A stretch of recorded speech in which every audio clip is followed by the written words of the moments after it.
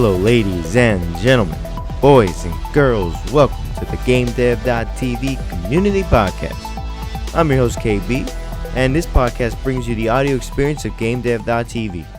Now, let's get right into the podcast. Okay, so action. Yeah. Thanks, guys, for joining me. We've got another one of these hosts interviewing hosts things going on. We did one last week, me and KB. It was really interesting to hear him talk about himself. But we're going to talk about you, Aaron, this week. Oh my. Are you ready? Oh yeah. Ready for so? Because you're a very interesting guy, and I haven't known you for very long, but I know that you're a very interesting guy just from knowing you for a little bit of time. So I guess the question, thanks. yeah, the question is like, where did you start out? How did you get into the, how did it all start for you in terms of your career? Oh my. Well, so I guess as far as my career is concerned, first thing to clear up is that I'm not a programmer. I'm actually a system engineer, or came out of the kind of the IT guy crowd, right? There's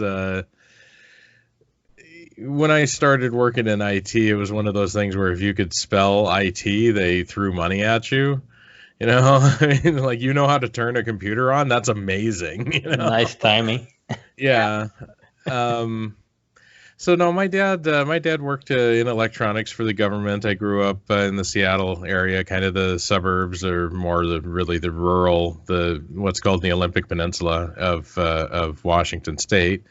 My dad worked for the shipyard there in Bremerton, where I think the Nimitz was mothballed there or something like that, or some of the big aircraft carriers did like refitting and stuff there.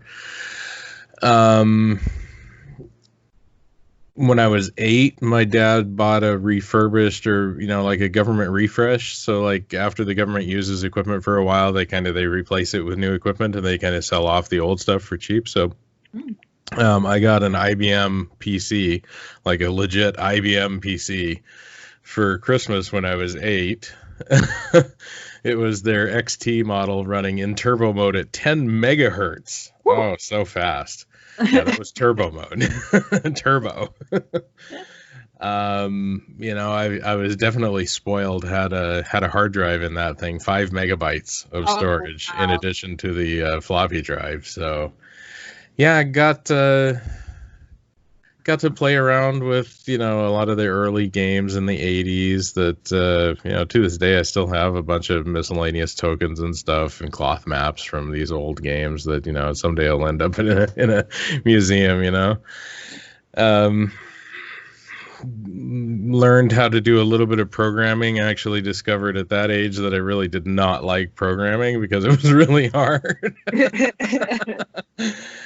But I did like, figuring out how to configure the system and, figure out how to squeeze the drivers in and make batch files and, all of the things that we were doing in DOS. And then, Windows came along.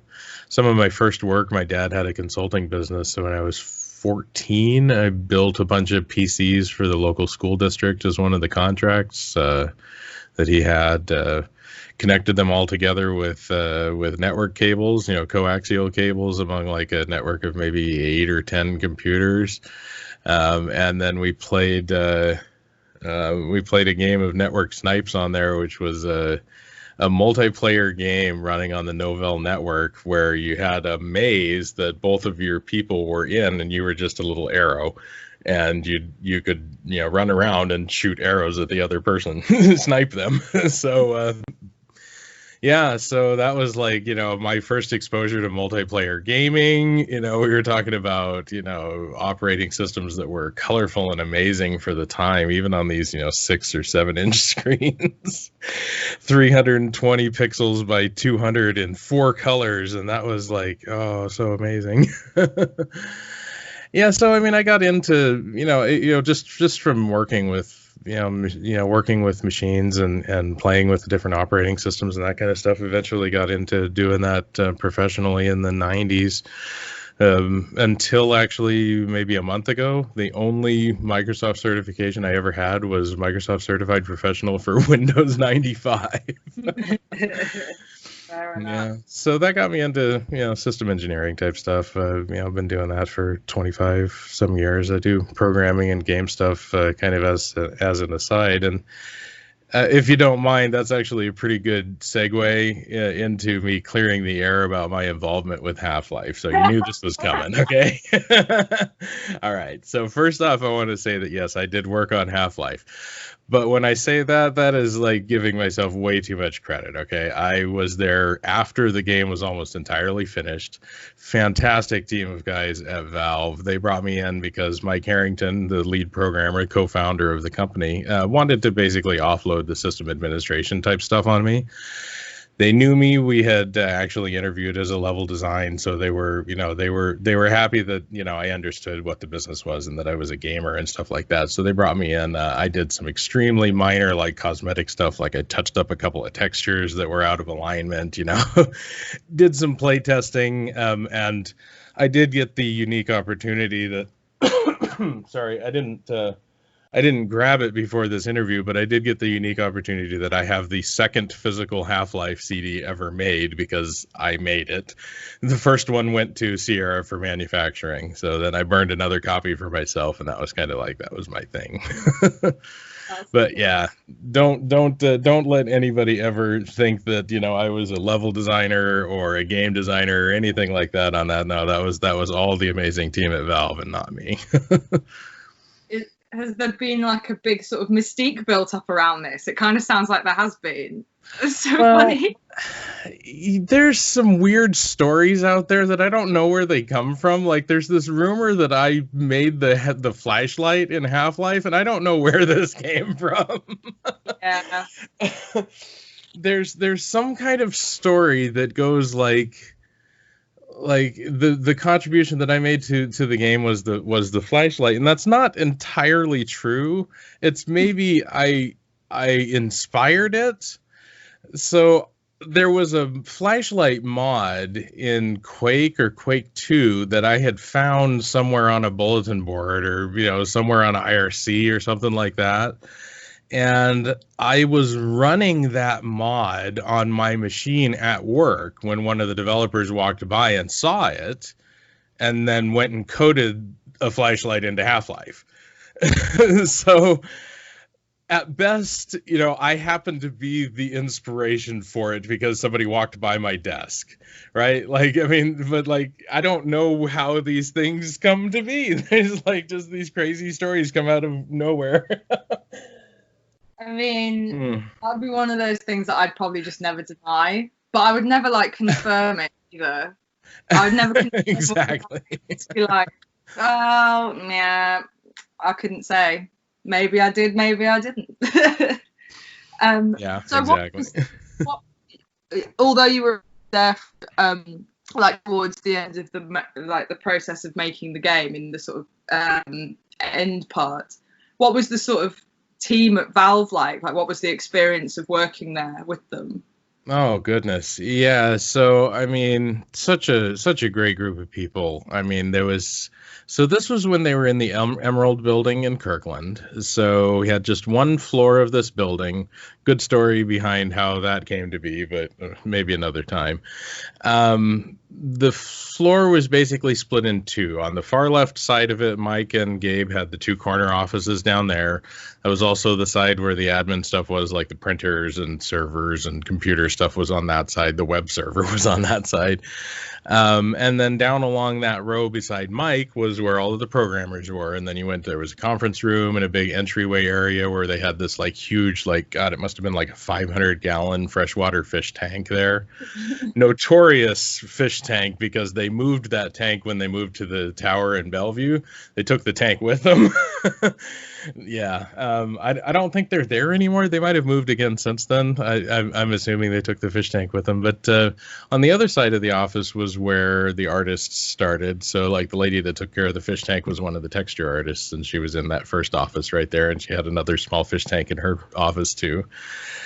And then like level designers and game designers and all that kind of stuff, all the way down until there was a big room at the end where I sat that had kind of like a staging area for me to build PCs and, and worked on, whatever needed to be done. I think you can actually find a couple of photos of me actually in that space, like hauling PCs around and stuff if you search hard enough. Yeah, geez, that was back when I had a ponytail like down to my the middle of my back. The days. Different times. Been there. Yeah, I mean, everybody there was great. We had, the leadership at Valve was just fantastic. I mean, Gabe's a very personable guy. He was a program manager at Microsoft. There's a certain kind of personality that does well, in those kinds of roles. And, he was very insightful, understood, exactly what it was that he wanted, knew how to get, to motivate people to join that vision. And Mike was just, is an absolutely brilliant programmer. Did some amazing things with the Quake, source code to make the Half-Life engine. And then, again, just the innovation was a big part of it, because the entire group of people sitting there. So, if you remember, maybe you don't, this might even be before you were born, but so Half-Life, went through 18-month development cycle after they finally got, after Valve finally got a publisher, and they got to the end of that, and the whole entire marketing campaign had rolled. The game was expected to be on shelves on a certain day, and this was before I joined. I only heard this story basically kind of secondhand from the group later on after we shipped Half-Life. We kind of got back together and they kind of regaled these stories. Basically said, we sat here, 18 months ago and asked ourselves if this was the game that we wanted to release and said no. And here we are 18 months later with the game that we wanted to release, And it was making those hard choices and saying, look, sure, we can follow the path of everyone else that's, done their first game and it kind of sucked and, and everybody kind of expects that kind of thing. We've thankfully had the freedom to be able to say, you know what, we made our first game and it sucks, so let's just not release that. Let's make Half-Life now, right? And it was definitely the right choice, being able to, to put that extra 18 months of work into it and make sure that the story, came off the way that it was supposed to, that there was tons and tons of time to play test and go through. And, all of the things that we keep on talking to a lot of these people that we interview that are in the industry, that's exactly the right thing to do. I mean, ultimately quality and passion makes for a good game. Yeah. And that was before you could release a day one patch and fix a bunch of bugs. You usually just shipped it and that's it. You might have had an FTP site where you could download one patch, right? Yeah. And do you think, once, say, a studio starts gaining momentum with a series, do you think there would be a point where actually you can't have that extra 18 months? You know what I mean? I could see something has a lot of hype around it. Say, for example, the new Assassin's Creed that's coming out in November.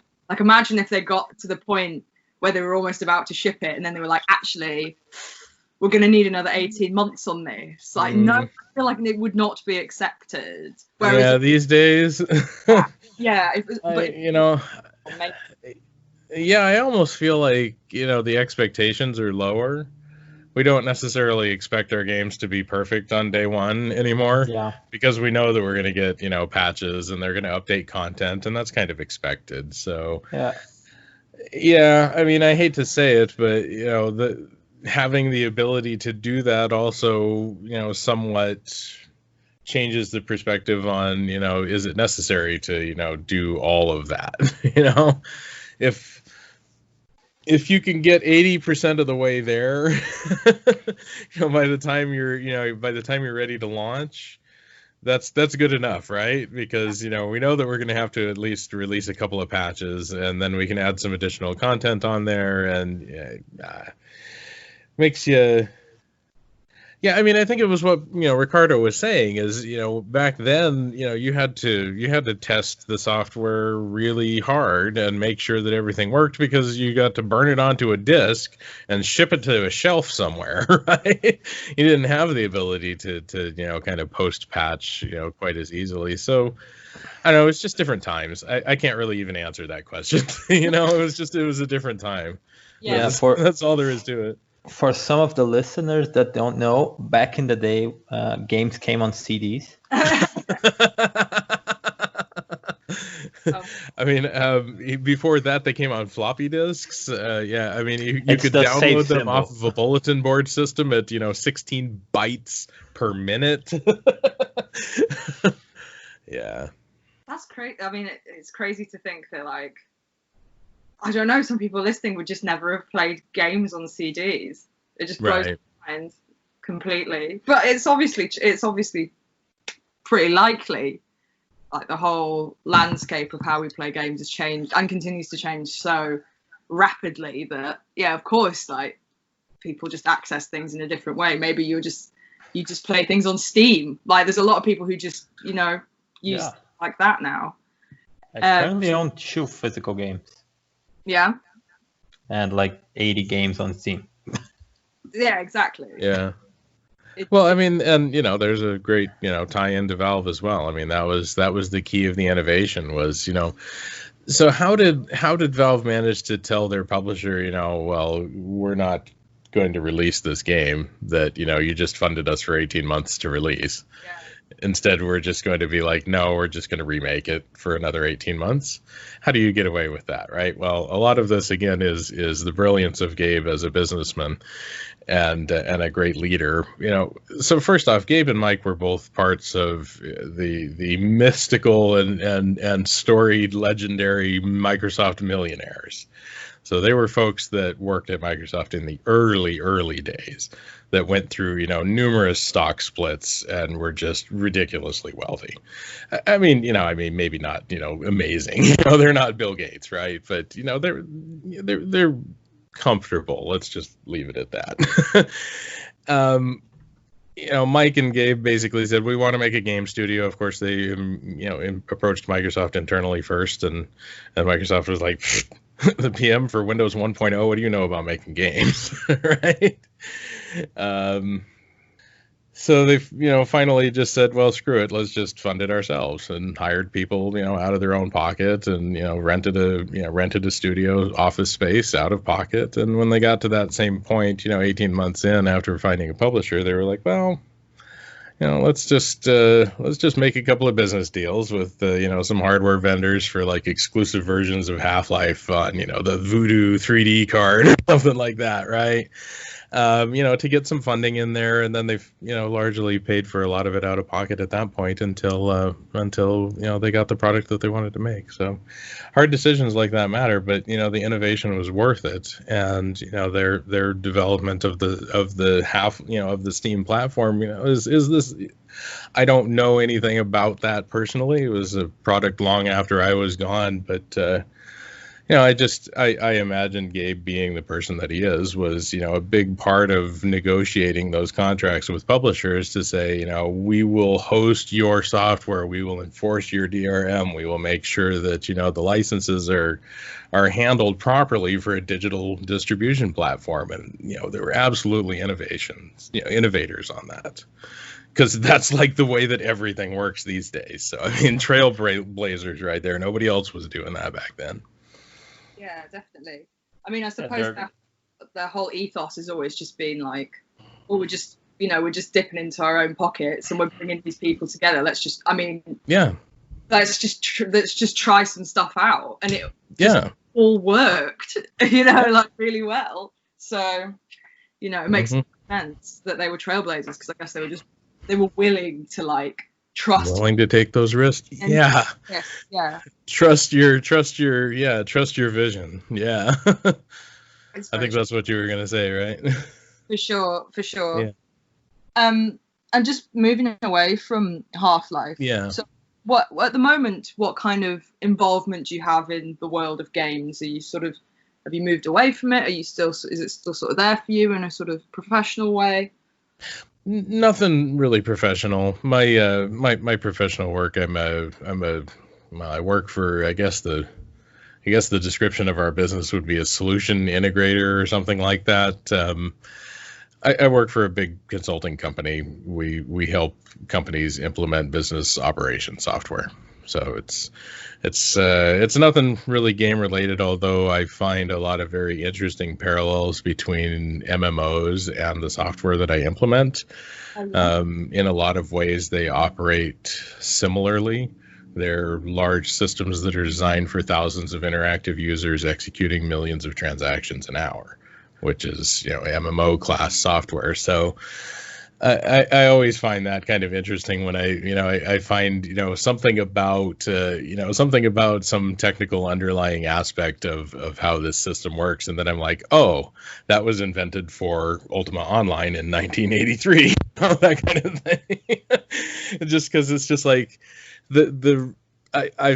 I've noticed every single innovation that you've seen come into corporate America was first seen in a video game or a video game system somewhere. It's just, the innovation and creativity it comes out of games, people experimenting and tinkering and doing this stuff. Finding a corporate usage for it or a business alignment for that technology usually comes later. Businesses aren't willing to experiment and they want systems that work. Let the gamers play, right? Yeah, that's why some banks still use software built in the 80s. I have some insight on that we won't get into, but yeah. Fair enough. It's a high risk. Because I do work on banking systems, so I have some specific insight on that one. Fair enough. Yeah. As for games, I mean, I still am an avid game player. I actually got into, learning to program in C++ several years ago because of this multiplayer online game that Sony had that they sunset. It was Daybreak Games by the time they were running it. It was called Landmark, and they sunset the game. There's really nothing out there that's anything like Landmark, and the engine that they used was available but required knowledge of C++ to do anything with it. So decided to start learning C++ so that I could try and recreate at least some portion of this game that we were passionate about and enjoyed. So that was more than anything else. I just decided to pick this up as a hobby. I'll make an MMO. Of course, I have to make WoW. I mean, this is our number one recurring theme here on this show is don't make WoW. And of course, the only thing that I'm doing in my hobby is trying to make WoW. That's But I feel like you would have more sort of, I don't know, like if there's a parallel between the sort of systems you're working with in your professional life, and then you have obviously this deep love for this game that no longer exists, kind of makes sense that you'd try and make WoW. I think more than anybody else we've spoken to, it probably makes most sense for you. I mean, it's I mean, I feel like there's knowledge there gained from what I do professionally that definitely gives me some kind of insight, at least into theories behind some of these things. That if anybody was going to try and do some of this stuff, it would be a weird ass nerd like me. I don't often subscribe to convention, so I try and solve problems the way that makes the most sense to me, and that's you need kind of sometimes people in technology that take the road less traveled. You don't find new ways to do stuff unless you've got somebody out there just like bucking the rules, and sometimes it works, sometimes it doesn't. You only need to, you can invent the light bulb 100 times, but you only need to invent it once. I can't remember what that phrase is. There's some phrase about like you only have to like invent the socket once or something like that, right? There's something about like basically. Oh yeah, that's right. Yeah, that's right. I remember it now. Okay. it had something to do with the material that they were experimenting with for making light bulbs, and it was something like, they went through like 300 different materials until they finally found the filament that worked, right? You only have to invent the light bulb once. You can fail a million times before that, though. It's still the light bulb at the end of the day. Right. Yeah, you can fail to make the light bulb 1,000 times, but you only have to invent the light bulb once. Yeah. As the saying maybe goes. Yeah, this is the saying maybe goes that I just made up right now. And how was the experience of learning to code in C++ for you? Like, what was the was it difficult? What was the learning curve like? Was it challenging, or was the things? Oh, it was mystifying, I have to admit. I mean, at first, so I had done, a good amount of programming and scripting over the years. I've written code in probably 20 some different languages over the years. C and C++ was absolutely mystifying just because there's so many different styles and APIs, and like there's different versions of C and different versions of C++ with different like libraries and features and functionality. It was super, super confusing for at least the first year or so, because I had some good examples of code and I had some bad examples of code, and I wasn't really sure. Like, it was almost like when I was looking at some of this stuff, it was like these didn't even look like the same language, right? I mean, it was mystifying for a very long time. It took a long time to get kind of a good understanding of it. I mostly just read books. I think I probably have about 20, 30 C and C++ books that I've read over the last 3 or 4 years, just trying to get a good grasp of the language. I'm a firm believer in deep understanding. Like, I need to understand why for everything, right? That's my curiosity and drive. So, why does the language work that way? No. Don't just tell me that. Like, really show me, Yeah, that makes a lot of sense.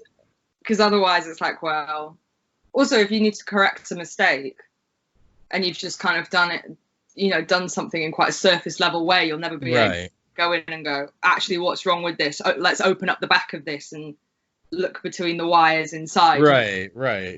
Yeah, it makes a lot of sense to me that you'd want to learn how. It's interesting you say that, look between the wires, because this actually reminds me of my childhood and a lot of the kinds of toys that I had, as a kid. We had this, there's this old store called Radio Shack. Yes. They had in the 70s and 80s this product that was called 101 Electronic Experiments. And it was basically kind of a cardboard board that had a bunch of springs on it.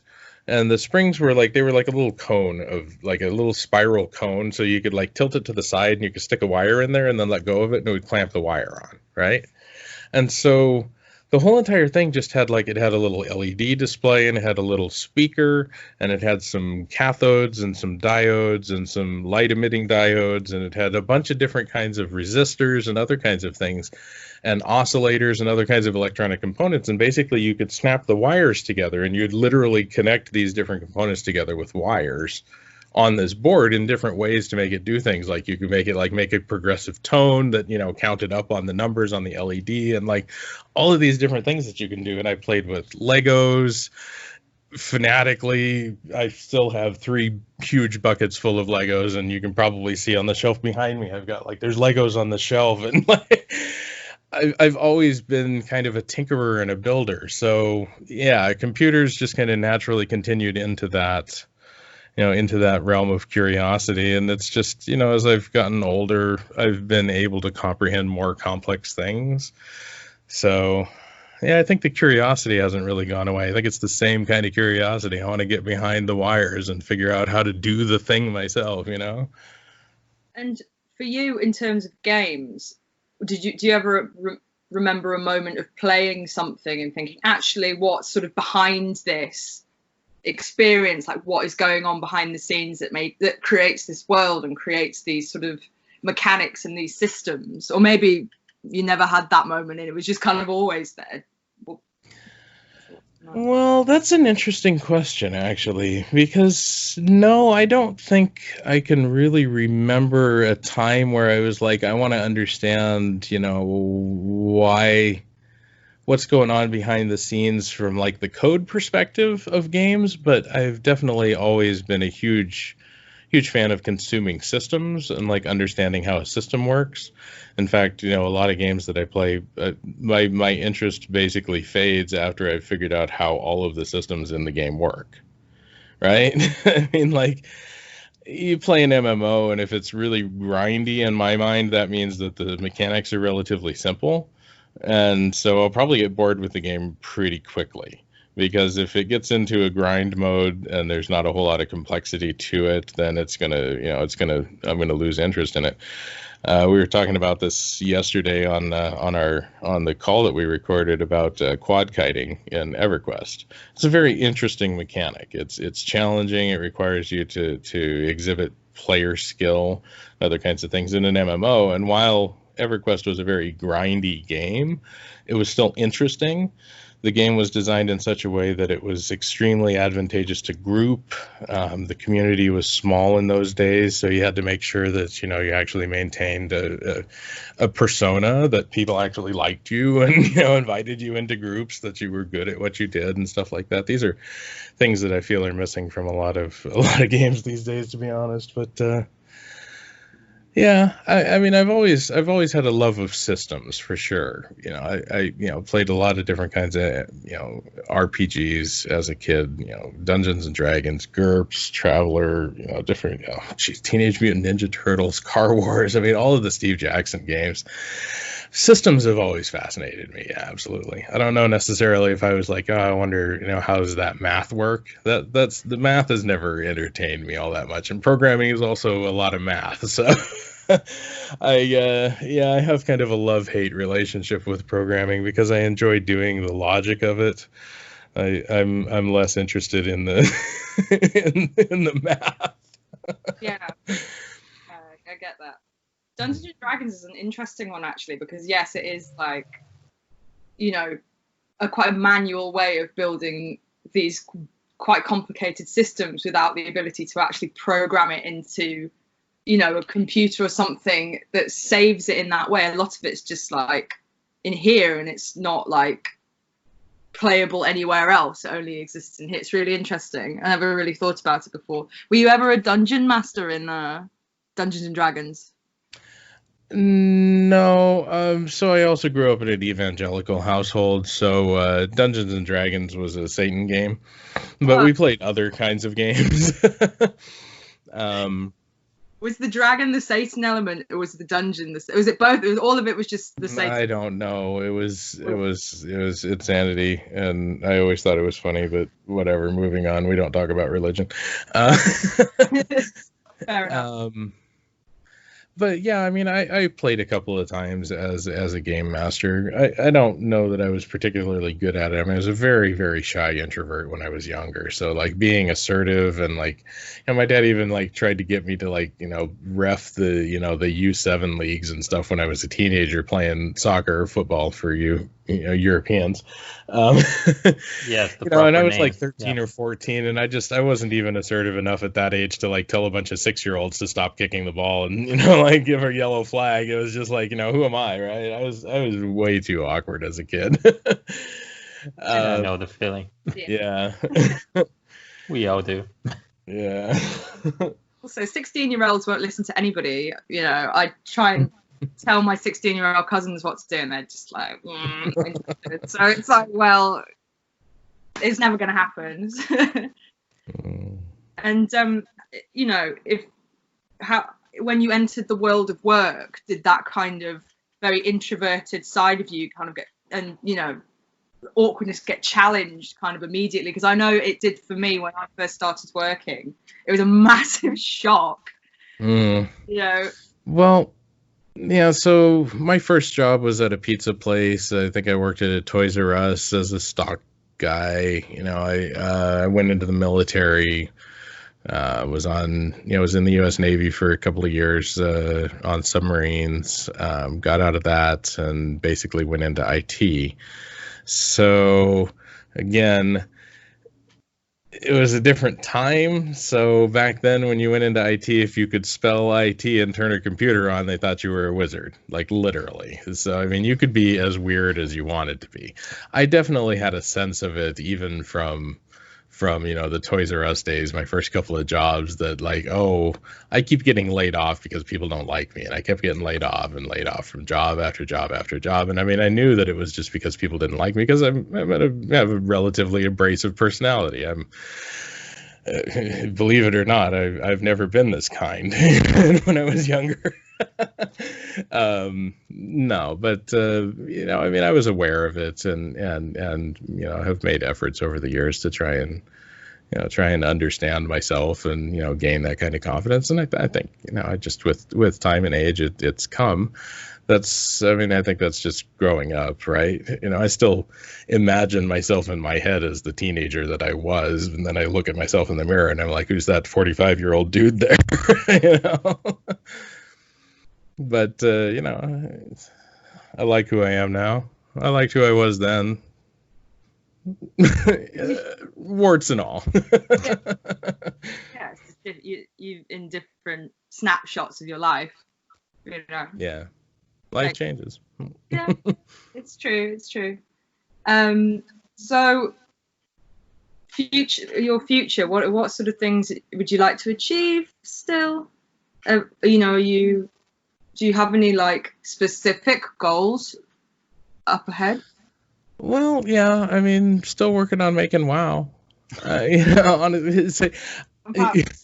So honestly, though, I have this kind of interesting, idea of the future, and I think, my interests are perhaps a little more abstract.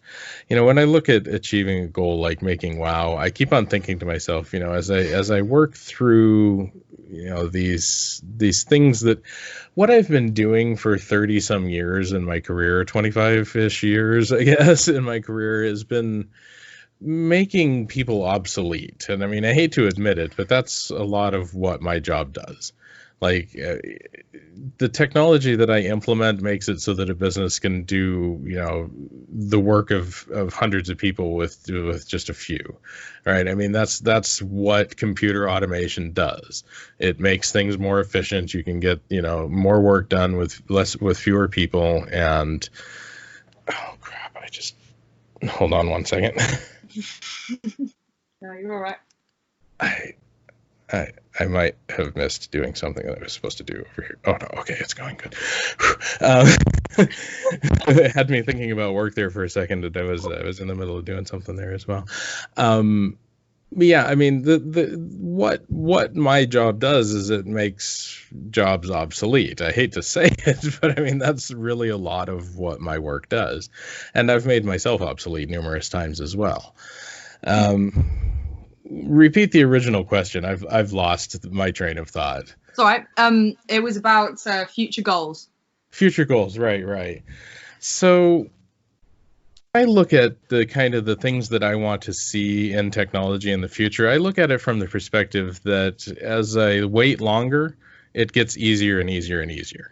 Because that's what I've been seeing technology do for 20, 30, 40 years that I've been alive, right? Is just every year it gets easier and easier. So in my mind, when I'm thinking, I want to create this, amazing procedural voxel world, the technology isn't there right now. But 10 years from now, I'd probably be able to dictate to a computer, generate a voxel-based, procedural world, and it'll just be able to do that, So when I say, I want to create WoW, I'm not looking at it as something that's necessarily something's going to happen right now. It's definitely not going to happen in 5 years, but the longer you wait, the easier it gets. So, I'm looking at it from the perspective of, I want to make WoW, and it'll happen eventually. So when it comes to like long-term goals, and of course I work towards it in the meantime, exploring my curiosity and learning how to program and seeing, if I can make that happen. Yeah, that's one important thing about Don't Make WoW. It's because people want to make WoW and actually finish and deliver WoW in like 2 years. Right. They're not looking at it as a learning experience or as something they will do on the side for 10 years. No, they want to hush down and make a WoW right now.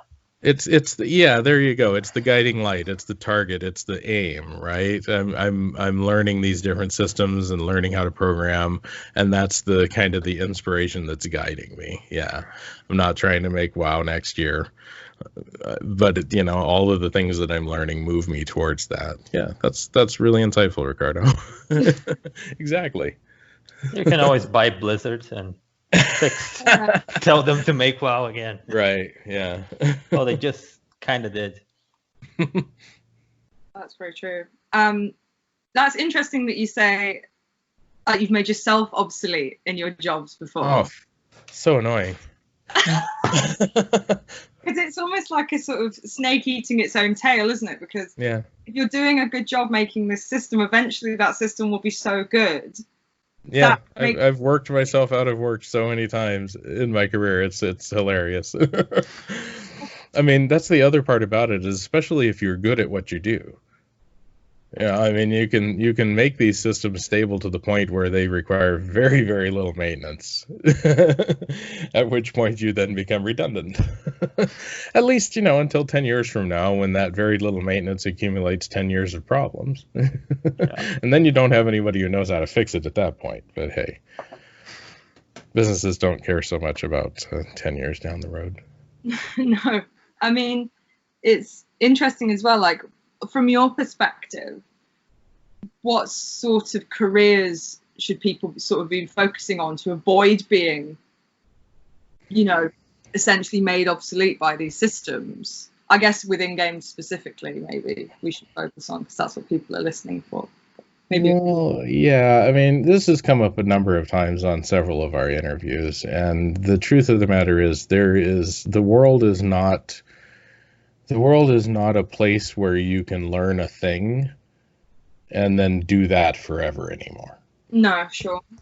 And so the number one most important skill that you can imbue yourself with is the curiosity to constantly learn. Programming is a great place to be right now, because that's kind of the last frontier of technology. That's what we need more than anything else right now, is programmers. Yeah. Because there's not really a whole lot else to do. We've established, you know, the world as it is, byte switching networks on the internet and streaming protocols, and you know, all of these things use kind of the same things. I've had some deep and long philosophical conversations about the nature of technology. And you know, I think the most beautiful thing that came out of the open source software movement is the fact that as a world, we find the best ways to do things on this planet among all of the programmers, and those best ideas are shared, and everyone does them that way. We find those best practices, we find the best ways of doing those things, and we share them with everybody, and then everyone benefits from that. That's one of the most amazing things about technology in my mind. So more programmers finding those amazing solutions to challenging problems is the only thing that humanity needs right now in technology, and that requires curiosity and a drive to innovate. You know, all of those things we were talking about, you know, that were hatched, you know, in the early days of you know, Valve. It's all about curiosity. Yeah, I'd say especially now with this whole, I'm gonna make the video dated, with the whole coronavirus thing, like. Lots of companies over the world are realizing they weren't very digitized, and they should be more, and they're panicking. And I'm pretty sure that they will start investing more in that in the next few years. Yeah, I mean, it's kind of funny, you know. There's the announcement about the reduction in H-1B visas to the U.S. and the United States technology companies bring in hundreds of thousands of programmers every year, and the reason why we do that is because we need more than that. Like we don't even have those hundreds of thousands of programmers here. We need more than that even. Like it's just, and I think I've seen, like Ricardo was saying, I've seen, a ton of companies out there kind of like, we need to put the pedal to the metal and get out there and start training people. Like if we want people to do this work, we need to make those people exist because they just don't right now. Yeah, it's a good thing because it's an area that you can actually have very little experience, get an entry-level position just by showing you can be responsible and showing in a reasonably good personality, willingness to learn, some skill, and the company will make you. They will literally make you. Yeah. That is really interesting. Now, the other thing that I'd like to add to that actually also is that there's always a huge, there's always a lot of opportunity for artists, and I'm kind of upset personally about the way that the world treats artists in general, because it's like you guys are the people out there that are, that are making inspiration and something that's just like purely creative. And while programming and technology are also very creative enterprises that, tap your curiosity and your interest in solving problems, I hate it when I dislike it when people compare those things as if they're like one has value and the other doesn't.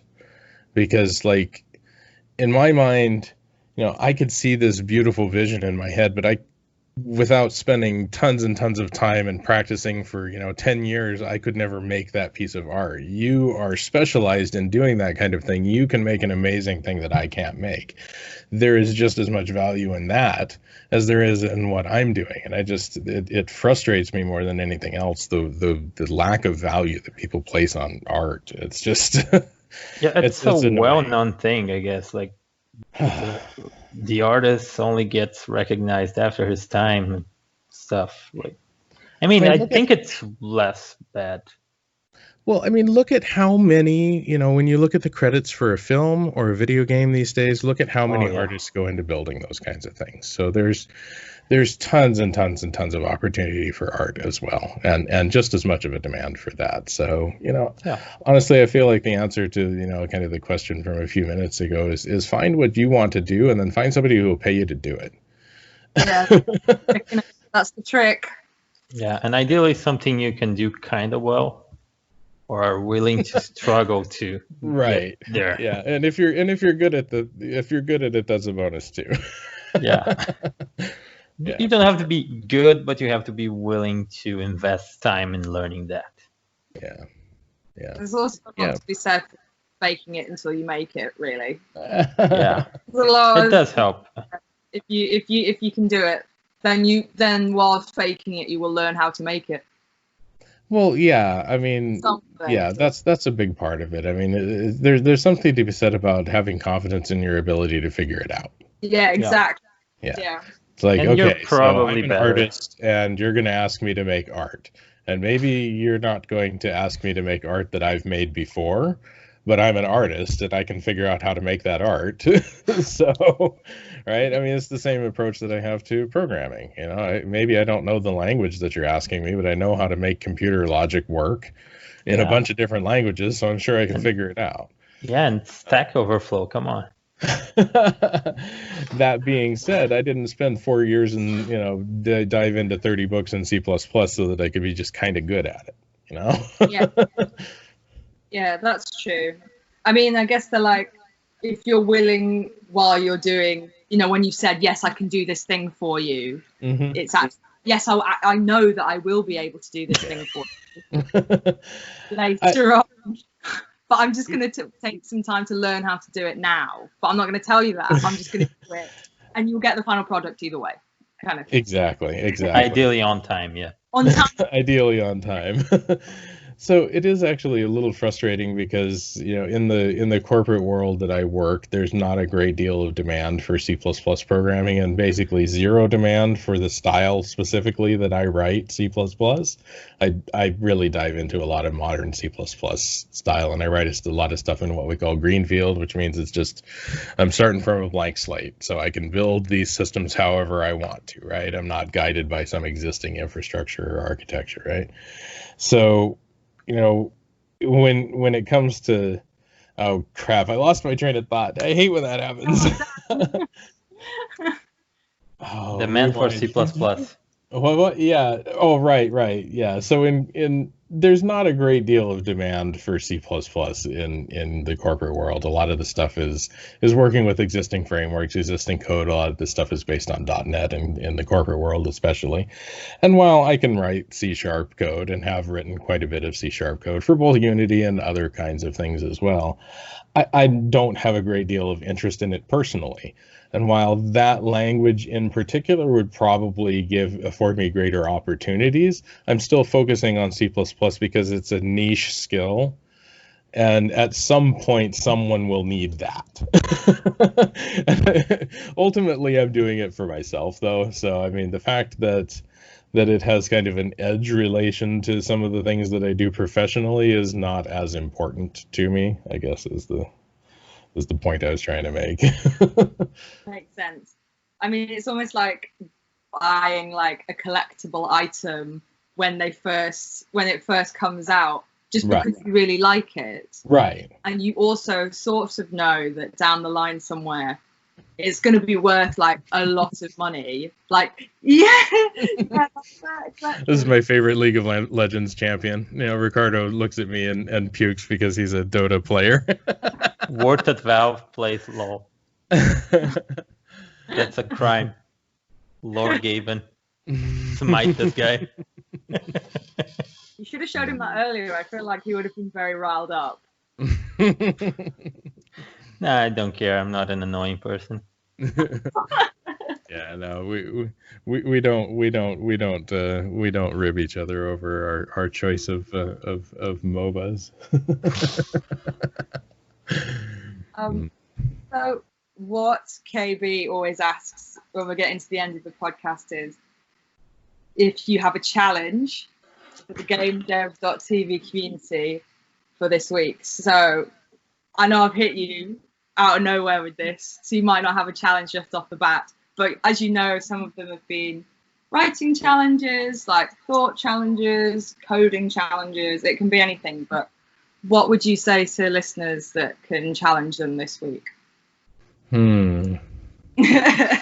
Yeah. I asked KB last this, and he wasn't expecting it, and he absolutely lost his mind. He was just like, what do I say? I don't know. I didn't expect it. Yeah, it's kind of funny because while we're sitting there asking other people, we're not the ones putting them on the spot. A challenge, yeah. Find something that you enjoy and think about a way to turn that into a career. Just think about it. Think about it real hard. If you like spray painting walls, figure out a way to make money, make a career, contribute to, a studio, something that has to do with spray painting walls, right? Think about what you might do with that skill that could contribute to your community or your society or your family or something like that.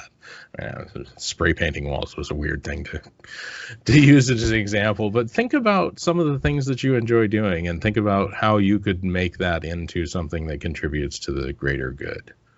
Okay, that's a good challenge. That's really interesting. I'm kind of doing that at the moment as well.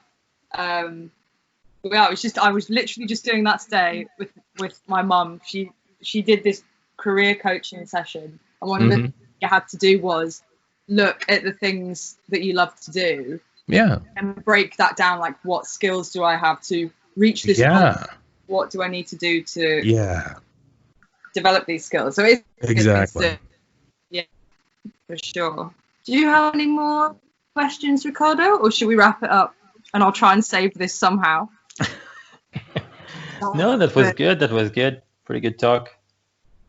Great. Yeah, thanks. It's fun, allowing me to finally clear the air and decline all of the all of the praise that people keep on heaping me on for barely contributing anything to Half-Life. But I have to My name's in say, the credits. That's it. your name is there. Exactly. I saw it. It is there. I love All it. right. Thank you very Thank- much.